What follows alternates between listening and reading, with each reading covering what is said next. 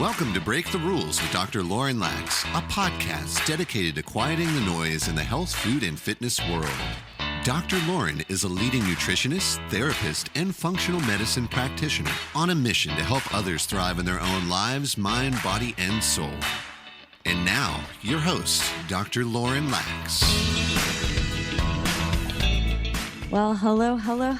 Welcome to another edition of the podcast where we talk about all things finding balance in life and food, fitness, and health. So I'm so excited to have Stephen Wright back in the house. We've had him on the show before, but he is the leaky gut expert, the leaky gut guy is what I would call him, and just my gut brother in crime, and the founder and brainchild of a company now called Healthy Gut of all things. So great name for a company that is really about helping people improve their gut from the inside out and their life from the inside out, rather, just with some really quality products he's bringing into the market and helping people also not demonize food. Like a lot of times in the gut healing space, we can go on a lot of restrictive diets or just think about healing the gut as like being in jail, as one of my clients one time said when we're talking about the initial stages, and that Stephen and his company are really helping people find more peace in their relationship with food, as well as in their inner ecosystem, so they can go on and live just a healthy, thriving life. So Stephen, thanks so much for coming on. I always love conversations with you because I think we just see eye to eye on a lot of all things health. And so if you want to give us a little bit of background though, about who you are and really what got you doing the work you're doing in the world. Sure. Yeah. Thanks, Dr. Lauren, for having me back. And if you didn't hear the first episode, I'm one of those people. I used to describe people as from birth patients or trigger patients, meaning that either some people just seem to have struggled their entire lives with health, and other people, there's just a moment in time where they went to Mexico or they had a bad breakup and like everything's different after that. And I, unfortunately, am a from birther. I was born with some birth defects around my intestines, and just had a long history of issues, a lot of antibiotic usage for acne. And then after an Animal House like college experience and working a high stress consulting gig, I found myself basically being bloated after every meal, whether it was chicken and salad or like a burger and beers, and just crying, just weeping in a way, like trying not to cry. It hurt so bad. It's called visceral hypersensitivity, if anybody's wondering, and it affects somewhere around 30 to 50% of people with IBS. It's kind of hit or miss. And basically between that sort of shame and guilt that was happening there and just general upset of my life, my boss also called me into his office one day and told me that my coworkers said I was stinking up the place and I had to get my gas under control. Otherwise, there was going to be an issue with my job, which was my dream job at the time.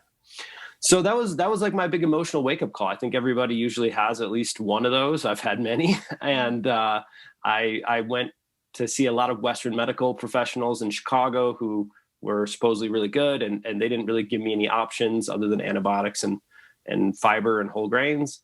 And some more embarrassing accidents later on like commuter buses and things like that. And I just got so angry that I had another breaking point where I was like, I'm trained in engineering. I'm trained in mathematics.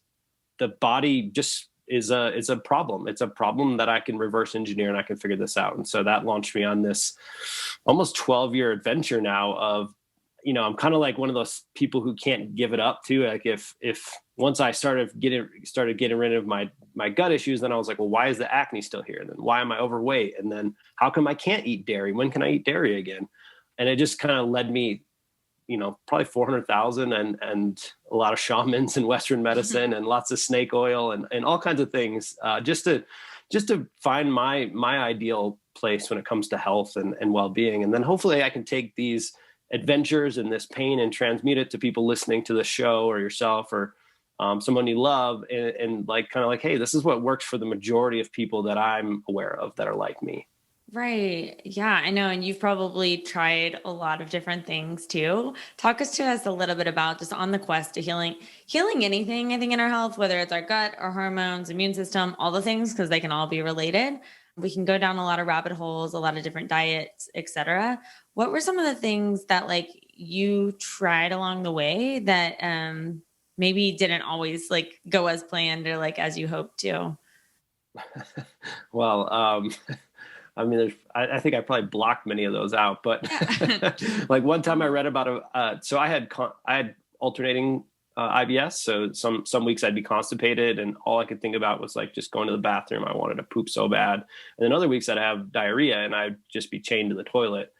And in one of those weeks of the constipation, I read about a vitamin C flush and I was like, wow, I should try this. And I definitely got the flush and I was stuck on the toilet for like 4 hours. That was pretty intense. One and done on that. Yeah. And I mean, I did a lot of diets. I mean, I've tried many diets, not all of the diets. But I definitely was one of those people where I kept trying to find the one thing like, oh, it's salicylates or, oh, it's polyphenols. Oh, it's just gluten or it's just dairy or it's nuts or it's FODMAPs or it's now it's keto, you know, like, and I think where I got to a diet is that I kind of picture like a triangle, like Maslow's hierarchy of needs. Like your diet is the base foundation of us as humans. It's like, other than air and water, it's the number one input we bring into our body system every day. Mm-hmm. And so it really, really does matter. And, you know, there's this thing called the law of diminishing returns in mathematics. And essentially says that if you keep focusing in one direction, the amount of change that you can get or benefit keeps diminishing, as well as the cost to achieve that benefit keeps growing. And so I find that that's very true with dietary interventions for gut health. It's like, they really do matter. And I do think they're the foundation of healing in the first place to start, and some form of a type of elimination diet. And just diet alone is not enough. It's never been enough. For those people who it is enough, just say your blessings, be so grateful, because you have no idea what's happening for the rest of us.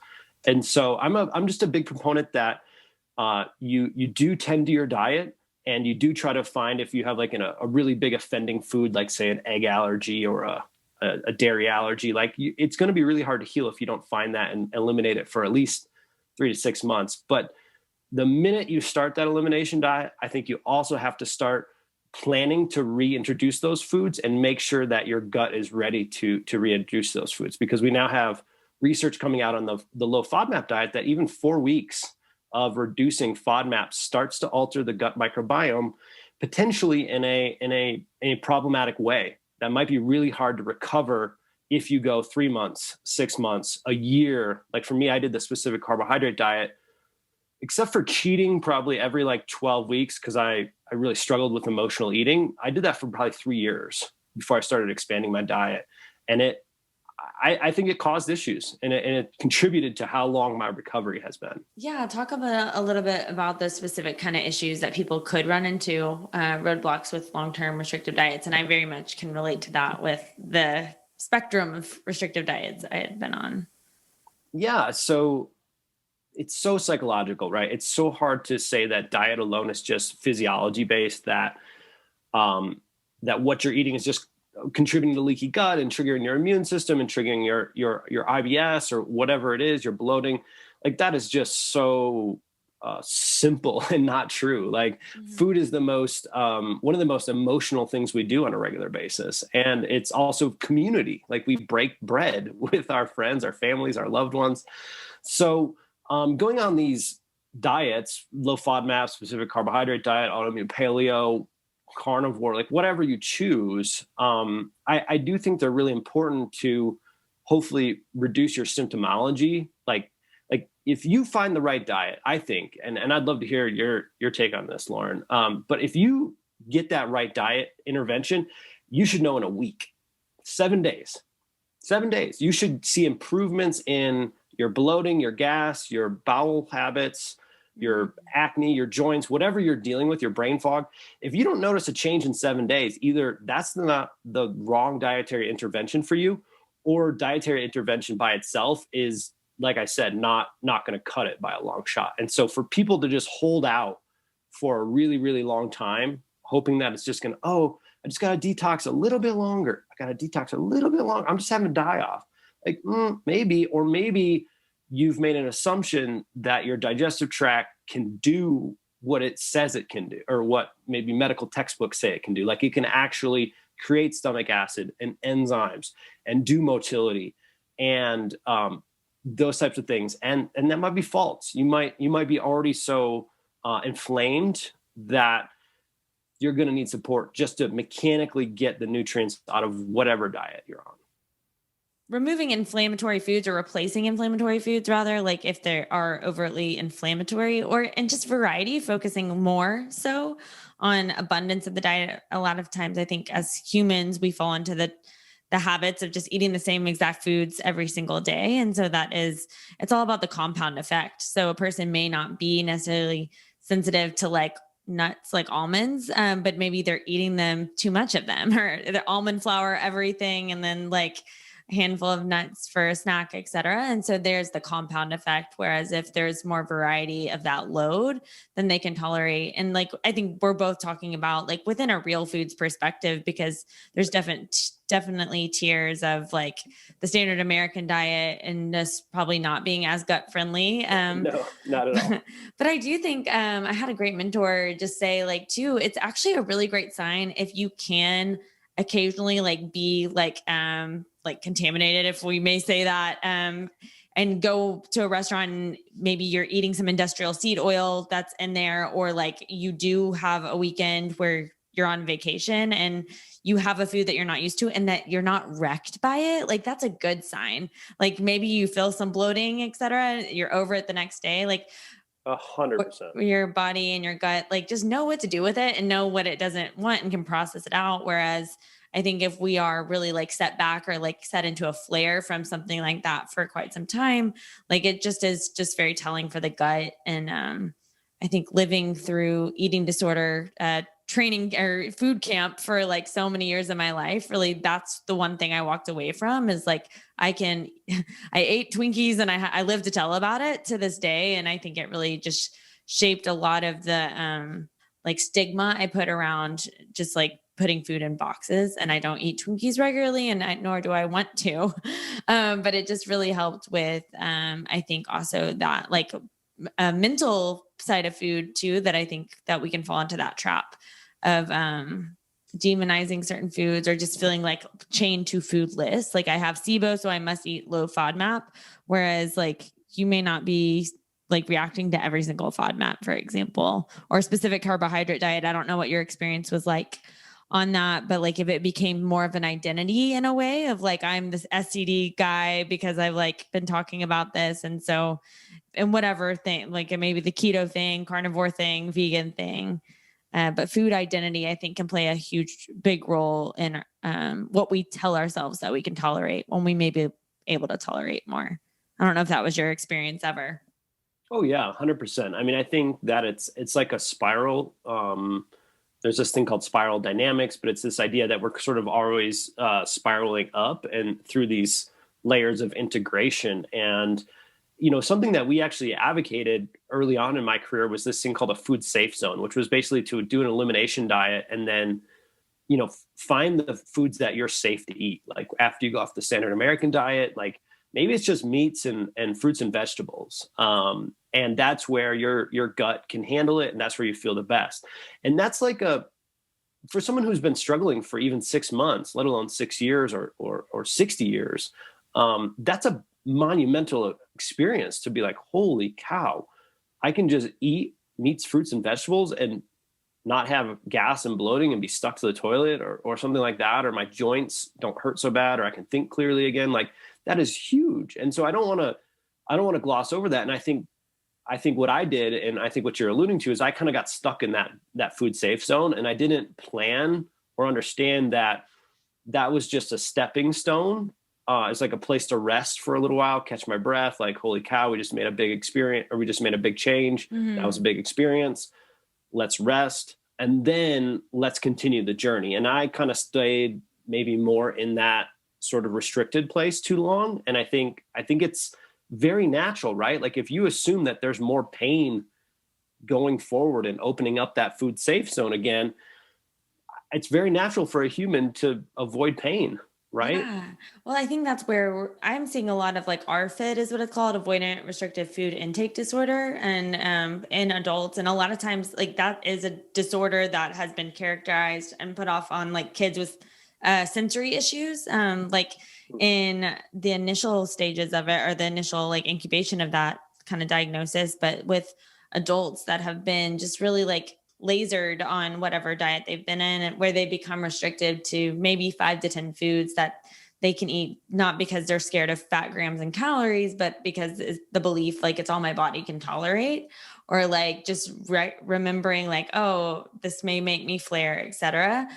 So it can keep us boxed in, and just like that fear of like how food makes one feel. And I think it's a bigger issue than is acknowledged or understood. And you don't even have to put a label on it, but just seeing that within a lot of the dogma space. Like I can talk to one client one morning and she's like really adamant on the vegan diet. And then the next call is a client that's like all carnivore. And it's just like, it definitely, every body is different. There's no one size fits all.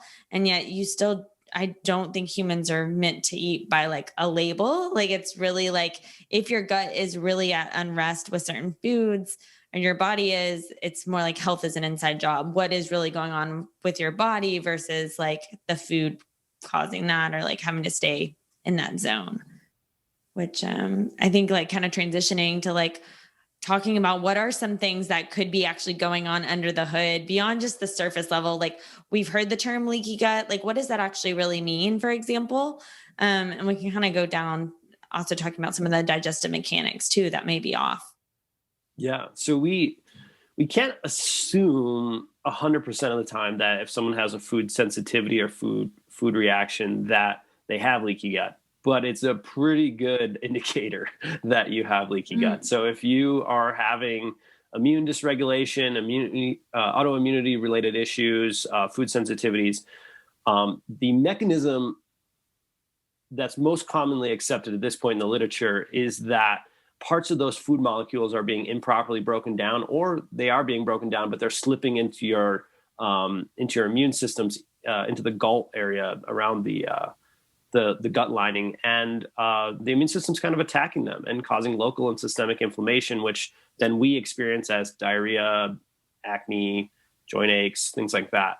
So it's a really good indicator to leaky gut. And so what is leaky gut? Well, I sort of just alluded to the basic definition. The definition of 10 years ago was that our cells in our digestive tract, in our gut, are one layer thick. They're kind of like this. And the food molecules, when properly broken down, are mostly supposed to go through the little cells. But there's these tight junctions, they're like rubber bands, and they can get broken or chronically lax.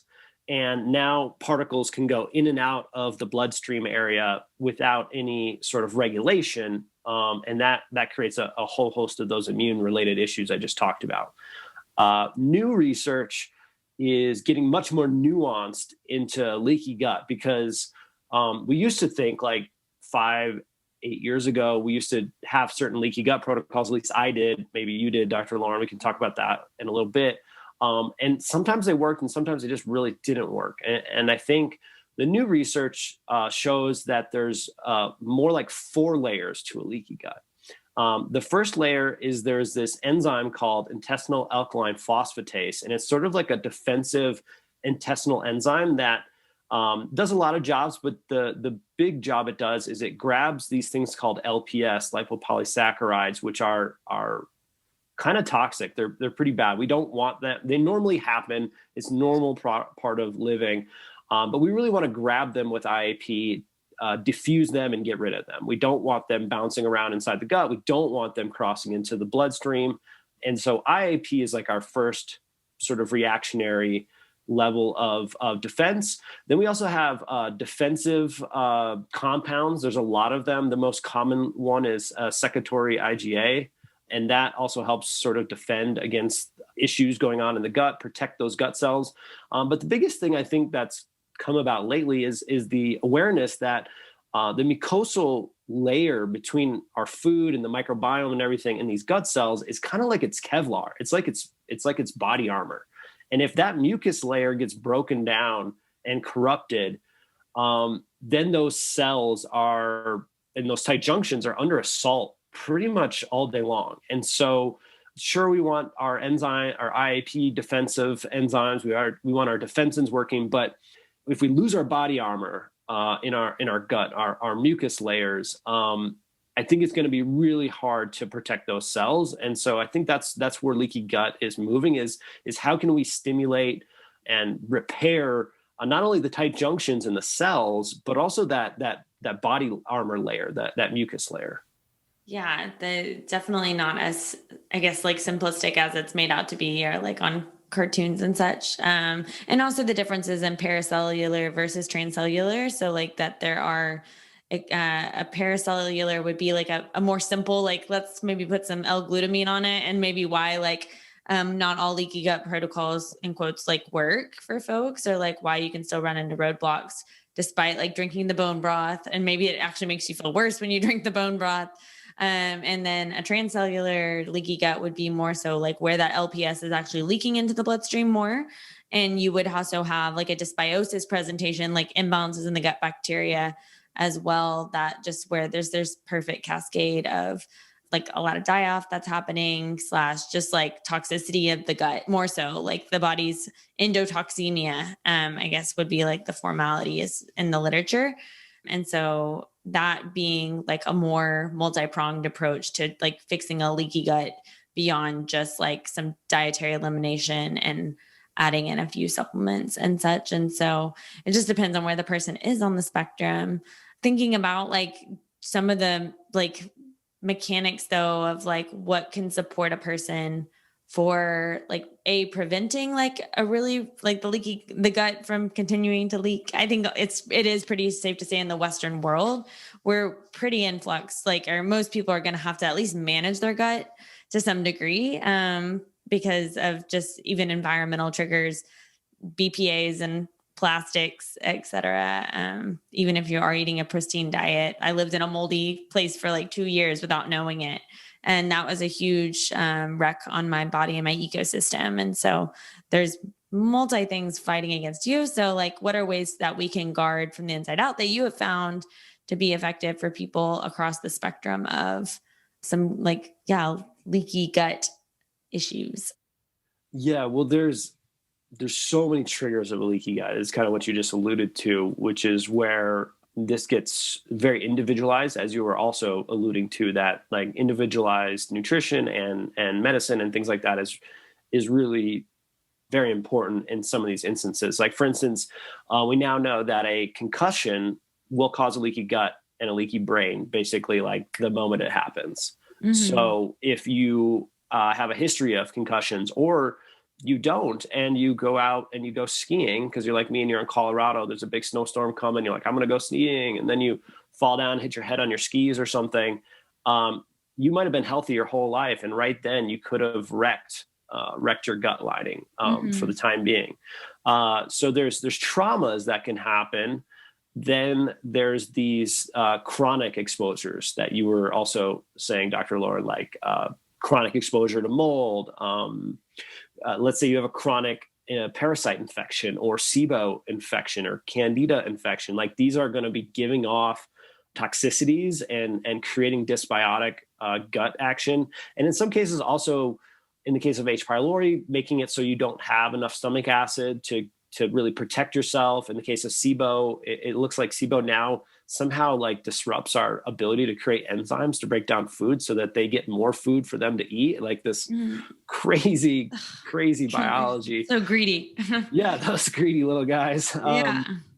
So if these conditions are present, it's, again, your gut's going to be under assault. And that's on top of, as you mentioned, maybe like what's in our drinking water, GMOs, whatever else we might be coming in contact with, environmental pollutants, things like that also might cause those things. And so to me, and again, I have a long history of gut dysfunction, so I've given up and surrendered, not given up, I've surrendered that my lifetime, I'm always going to support my gut. There would never be a day or maybe a week. Sometimes I go on vacation, or sometimes I do what's called a pill stop, where I just stop everything, see what happens. Beyond natural fluctuations that I do think are important. I don't think that we should always be regimented every single day the same, but I will always be taking prebiotics, postbiotics, and probiotics. Like my gut is just, it's always going to be weak due to antibiotic use, due to how I was born, due to the 7 concussions I got and the 2 that I put me in the hospital. Like, you know, like I just need a little bit more support probably the rest of my life. And so I think people might want to, depending on where they are in their healing journey, if they're just beginning, look, you got some protocols to do. You got to find these root causes. You should work with Dr. Lauren, make sure you don't have these types of things, get rid of them, and then repair. But in the meantime, depending on how banged up you got in your journey downward into unhealthy, you may want to start to just accept that your path might need to include some help the rest of your life. Because I think there's a fantasy out there, at least I had the fantasy that, well, if I do enough healing, then I will be so resilient that I can just eat whatever I want and I'll never have to take a pill again. I'll never have to take a supplement or a multivitamin or a prescription or anything like that. And I think that we've just messed up our environment so bad as humans at this point. We've done conquered the environment. There's no pristine anything anymore, anywhere. You can't find anything free of toxins anywhere in the world now. And so I think surrendering to that like maybe the gut might always need a little help is something that I've come to at least. Yeah. No, I agree. And I think that's just the missing link. That's not, when we talk about like taking care of your gut or healing your gut, I think a lot of people just think about food elimination again, and not so much the support for the gut beyond maybe like taking a probiotic. I don't even know if at least amongst my patient population, where a lot of folks come to me where they're already taking enzymes and, or supporting their gallbladder or, stomach acid, et cetera. Just like that, those aren't regular practices, I think. And hopefully we can get the word out more. And those being also called your digestive mechanics, again, supporting basically the well-oiled machine of your body, and kind of like you maintain your car and make sure you change your oil and tires, et cetera. It'd be the same thing with our body, just making sure it's fine tuned. I know we were talking some before the show about Butyrate and Tributyrin X, which is your product as well. But just, that's definitely something that's newer on the radar, postbiotics. Even though that's something our gut naturally should create, is those postbiotics, like healthy gut bacteria. But just kind of give people an update and refresher on like what are postbiotics and like what are the benefits of them. Yeah. So I would love to. I think the best way to anchor this is like, I mean, or I think you believe, Dr. Lauren, that vegetables are like really good for us, right? So we hear that everywhere. Eat your vegetables, eat your greens. And like, sure, vegetables contain some amazing phytonutrients and some really cool compounds that we can't get anywhere else on the planet. But I think the real sort of reason why vegetables are so important is the prebiotic fibers in them. Because those prebiotic fibers, after we get all those cool nutrients from our kale and our broccoli, they travel down to the lower small intestine and the colon and or the large intestine, and they get manufactured by your probiotics. So your probiotics, or your microbiome anyways, eats the prebiotics and sort of quote unquote poops out postbiotics. So you go pre, pro, post. And these postbiotics are considered short chain fatty acids. These are smaller. If you've heard of MCT oil, that's a medium chain triglyceride. So it's the length of the number of fatty acids. So these are just like little guys. And butyrate happens to be one of like 6 or 8 of them. But it's the most well studied for the last 30 years. And it seems to be the most, have the best safety profile as well as the best benefit profile. The other ones seem to can do some harm if you supplement with them, according to the research. And so our large intestine cells prefer butyrate for fuel. And so 70% of their quote unquote fuel is preferred to be butyrate. And so basically there's this symbiotic relationship where we eat fermentable fibers, we eat prebiotics, our microbiome and our probiotics manufacture that into these short chain fatty acids, this butyrate, and the high concentration of butyrate then feeds our cells And when our cells are nice and happy with that butyrate, they draw oxygen out of our large intestine. And when they draw the oxygen out, they create the environment for better anaerobic bacteria growth, which is what we want. Those are the healthy types of microbiome. If that process is disrupted, if that ecosystem is broken, the enterocytes in the large intestine are maybe only doing like 30 or 50% of their fuel of their daily living from butyrate. So the oxygen content in our large intestine is higher, which naturally is just the scenario in which oxygen-loving bacteria can grow on that fermentable fiber that we're putting in. And then you get stuck in this sort of downward spiral of dysbiotic microbiome, and you can throw prebiotic fibers in there, and sometimes it works. You can throw lots of probiotics in there. I don't see that work as often. And it seems like for many people, they get stuck in this place where they can't stop that lack of short chain fatty acid production and sort of reverse back out so that we get to this place where we can tolerate a lot of vegetables and we can actually turn those vegetables into butyrate. Mm-hmm. And so postbiotics are the concept of essentially shortcutting that whole thing down and just saying, for some of us, either due to what's happened to our gut or our microbiome or due to our age, we just need a supplement with those to help the cells and the microbiome recover such that then we can tolerate more foods and create the environment for a healthy microbiome. Yeah. It's kind of like just getting to the bottom line, basically. Like the reason why we even take probiotics and prebiotics is to produce these postbiotics, or great in part do that, as well as like the vegetables that you mentioned. And as a really great, I think, sidestep for folks that are like building up their tolerance to even vegetables, if they are not able to eat a lot of them, as helping you be able to tolerate more foods. Like we were talking about, even you were to kind of share with us a little bit about some of the feedback you've gotten from folks that have been supplementing with butyrate and like what they've been noticing with food tolerance. Yeah. So it's important to think of butyrate almost like you think of magnesium. Like butyrate is so important for your gut, the inner workings of your gut to work, but it's also systemic and it's used everywhere in the body. So if you don't have enough butyrate, there's all kinds of consequences linked to fatty liver, linked to osteoporosis, linked to neurodegeneration, linked to cravings and overeating. There's so many systemic issues. And it seems like part of this comes back to the tolerance of food. And I think you made the mention of the word oral tolerance, I think is a great word. That was it Dr. Karazian that came up with that? Mm-hmm. Yeah. So it's a great idea.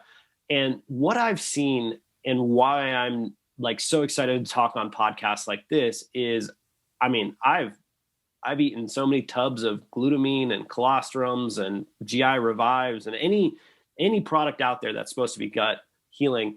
And I've worked with a lot of people one-on-one. Back when I used to do that, I saw over 600 people who are gut specific cases. And the results were always just so hit or miss. You never really knew, and it seemed to take a while. But with Tributyrin X, this butyrate supplement that we've put together with some PhDs out of Spain, I'm seeing just amazing results. And I don't want to be the guy who's like, oh, this is the miracle, because I've bought I buy every miracle just in case. Yeah. Just in case. That's my job, is to test them all. But I'm seeing, and we have reports of, and this is not a claim that anybody can replicate it, but we have customers who've doubled their diet in 30 days. We have people who were in the hospital with histamine reactions, and 6 months later, they had a glass of wine at Thanksgiving with their family.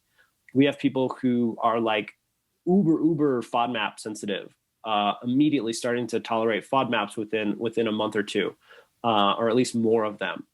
So when you kind of cut to the chase and get to the bottom line of what's happening in the gut and begin rebuilding it, it does seem like the leaky gut healing potential here. And one of the big things is that it's been shown in the research that tributyrin increases MUC2, which is sort of this protein expression that creates the mucous membranes, or at least regenerates them. And so the cool thing is that it's healing the tight junctions, it's increasing the mucosal the mucosal armor, if you will. And then it's also removing oxygen. So it's helping the microbiome repair. So it's a really multifaceted compound that I think is producing results that, I just want people to try it. Even if you try someone else's, try pure encapsulation sun butyrate. That's probably what I would consider the other best product on the market. But it's just something that if you have chronic issues, it's worth giving it a shot. It could be that powerful. Yeah, I think too, I like the idea of doing like a food increase challenge or like a food tolerance challenge for yourself, and like doubling your diet sounds really awesome for those that have like been in a place of just being in a funk. And we're not necessarily talking about the standard American diet again, but like tolerance, if you've really been in that restrictive place of just like all FODMAPs make me feel horrible, or I'm just bound to the AIP diet for life, nightshades, etc. Maybe some room for experimentation. Or if you're stuck on carnivore, we have a growing population of histamine sensitive folks and a growing population of carnivores who are wanting to start to branch out into other food categories after being on meat for a while. I like that terminology, the carnivore people, the carnivores, omnivores. Well, Stephen, thanks so much for coming on. I know we have a code too. It is, I'll put the link actually, healthygut.com/thrive, TRIX for Tributyrin X. And we'll put that in the show notes for folks to check it out. But yeah, where can people find out more about you and the work you're doing in the world? Yeah, totally. So you can definitely go to, you can save $15 and get free US shipping if you go to healthygut.com/thrive, TRIX. And so that's sort of just like a special for the Dr. Lauren community. We have a 60-day money back policy, and we have health coaches on my team. And the goal is that, like I said, there's a lot of one-on-one level stuff that needs to happen, a lot more personalization, I think, that needs to happen in the gut healing community. And so if you are willing to test the product between the coupon and the refund policy, but you're not seeing results, or you're, concerned, my team is there. Either you can call our 188 number or support at Healthy Gut. We're here to try to guide you. And we're definitely going to tell you if it's not the right fit, because I'm a firm believer that you should be investing in your health. And if our products are not the right products for you, then we'd love it if you took that money and put it somewhere else that could really, really support you. So healthygut.com/thrive, TRIX. And that's probably the best place for people to go. Awesome. Thanks so much for coming on, and we'll definitely be keeping up with your work.